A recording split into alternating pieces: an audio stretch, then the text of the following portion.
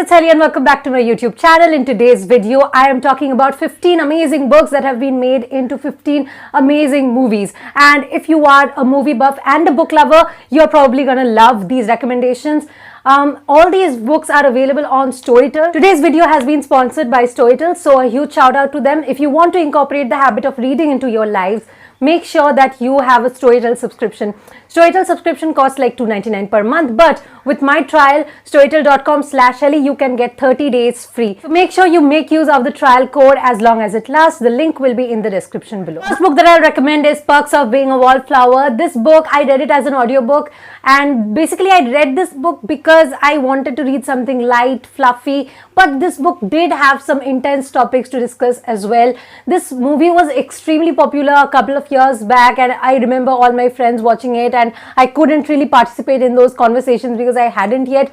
But I'm so glad that I didn't watch the movie first and read the book instead, because I was kind of disappointed with the movie. I really didn't want to be disappointed with the movie, but it was totally different from what I had imagined in my head it will be like. Either way, the movie and the book are pretty amazing. If you are into the young adult genre, I'm pretty sure you're gonna enjoy it. So yeah, maybe you should give it a read or a watch or both. The next will be the timeless classic called To Kill a Mockingbird. By the way, this book has nothing about killing mockingbirds. To Kill a Mockingbird is one of those books which change your perspective on life itself. I read To Kill a Mockingbird about a couple of years back, and I remember I was finding it extremely hard to read initially, but once I got into like 50 pages, I was reading like at a pace of like 50 pages an hour. I was just dying to finish that book, and that book was worth it. And the movie adaptation is one of the best movie adaptations that has ever been made, in my opinion. So maybe you can enjoy that as well if you wanna. But make sure you read these books first, because I do think that the book is always better than the movie. But some movies do come close, which is the case with this book called The Great Gatsby. Those of you who watch my channel for a long time now, you know how crazy I am about Gatsby. This is the book that I will probably carry to my grave, because it's so amazing. The topics that it touches on, the symbolisms in this book, and the movie adaptation with Leonardo DiCaprio is just stunning. I've watched this movie like 3 to 4 times at least, and I've read the book like at least 5 to 6 times. So you can understand how crazy I am about this. Now, if the movie adaptation was not good, I am pretty sure I would have never even finished like 10 minutes of it. But the movie adaptation was just amazing. The book and the movie I'm going to talk about next is not something I really wanted to talk about, but it's so popular that if I don't, there will be these people going in the comment section saying, Helly, why didn't you include Harry Potter? This doesn't even really need an introduction. It's one of the most famous movies made, one of the most famous series of books. Like, anyone knows about Harry Potter. Like, even people who have never touched a book in their lives know that Harry Potter has a series of 7 books. Sometimes they do think it's 8, but okay, I don't blame them. But Harry Potter is one of those series that you just have to read in your life. It's magical, it's beautiful, it's written very well, and the best part is that you can read it from 8 to 80. What I find the most beautiful thing about Harry Potter is that no matter what you're going through in life, something or the other resonates, and yeah, maybe that's the beauty of good books. The next recommendation will be Forrest Gump. It's one of the best movies that I've ever watched. One of the most beautiful aftertastes of a book that I've ever got, and I can't even describe in words how simple yet profound the whole thing was. If you have not watched this movie yet, you're in for a treat. If you've not read the book yet, you're in for a treat as well.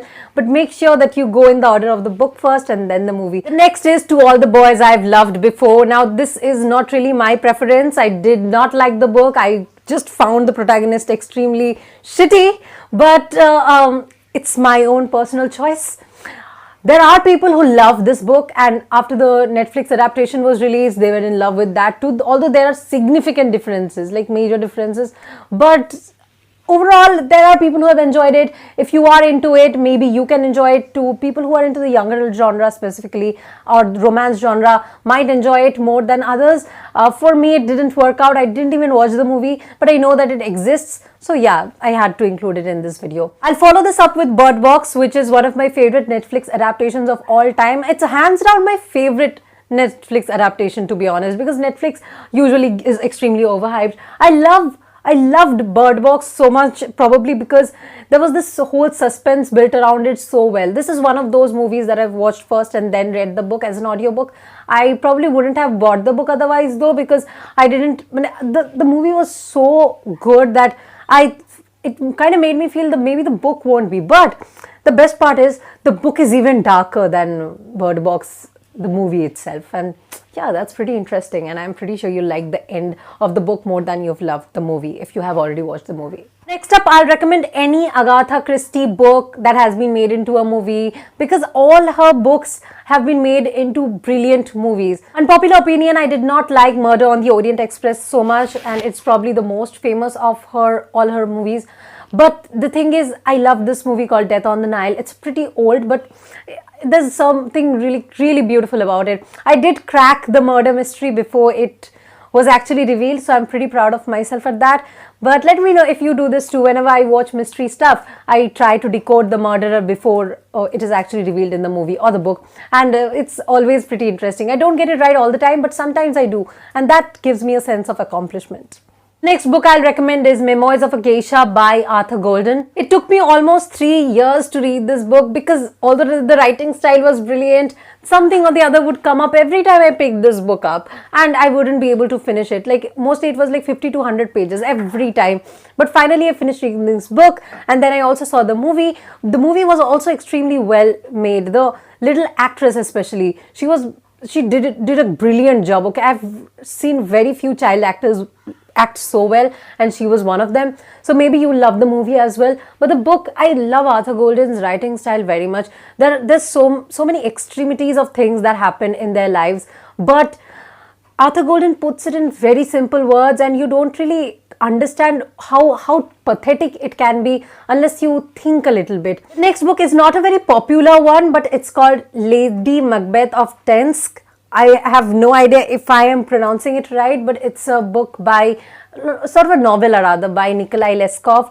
I found out the trailer of this movie while I was searching for an answer for my English classes, and it was extremely intriguing. It's about this woman who's leading a secluded life in a very rich household where she's extremely lonely, and she embarks on an affair with one of her servants. She's a lot like Lady Macbeth in a lot of ways, but the book, it's written so beautifully. The thing is, in the book, the major events that happen, like extremely major events happen, but they are always implied and not stated explicitly, which is so skillful. I have no words how the author did that, but he did, and I was pretty impressed by the book, much more than the movie itself though. The movie, to be honest, pales in comparison, but since I watched the movie first, I guess I didn't judge it while watching. The next recommendation will be The Lion, the Witch and the Wardrobe. It's one of my favorite movies of the Narnia series, and let me know in the comments below if it's yours too. I'm pretty sure a great deal of you have seen it because it's pretty popular. So I don't think I'll need to say a lot about it, but it's a magical world. Sometimes I do feel that Narnia series is better than Harry Potter series, but yeah, there are so many differences you can't even compare it. And the next will also be a magical world, which is Alice in Wonderland. Alice in Wonderland movies are so well made, but my favorite is the one that stars Johnny Depp and Helena Bonham Carter. They're brilliant actors, and since the madness of that movie is depicted so well in those characters, those movies are brought to life. I love the character of the Cheshire Cat the most in the books though, because just love that smile, that damn smile. The next recommendation will be Little Women. The adaptation just came out a couple of months ago, and I am yet to watch it, but I'm pretty sure it's gonna be great because it stars such amazing actor in the cast. Regarding this book itself, I didn't love this book as much as I thought I would, but it was pretty good. I guess some books are hyped so much that you just may have a lot of expectations, and when they are not met, you start judging by that standard. I think that's something that I struggle a lot with as a reader, because I want to read a book as it is, not as I wanted it to be. But yeah, I think I have some way to go.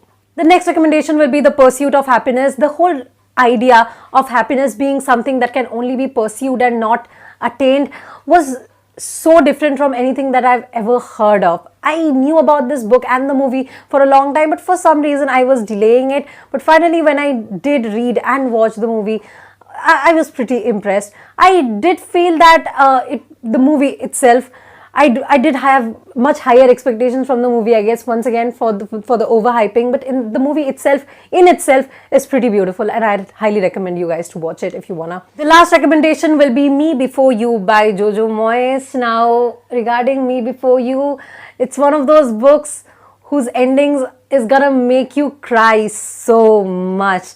The only book that I can recommend after this that will make you cry more is probably The Boy in Striped Pajamas. There are a few books, like after finishing these books, you feel like you want to finish your life now because they're so good and they have totally destroyed your life because of what happened to or around the characters of this book. And I think a writer or a director has to be extremely skilled to make you empathize at that level. So all these books that I recommended today have more or less done that. Some of them haven't, but I still included them because I want to let you know about these books that exist, that have been made into very popular movies. So yeah, I hope that you like these recommendations. If you have any recommendations for me of books that have been made into movies, and great movies preferably, let me know in the comments below as well. I'll be back with another video next week. All these books are available as audiobooks on Storytel, so if you want to try it out, the link storytel.com/ali will give you a 30-day free trial. I'll be back with another video next week. Till then, bye bye.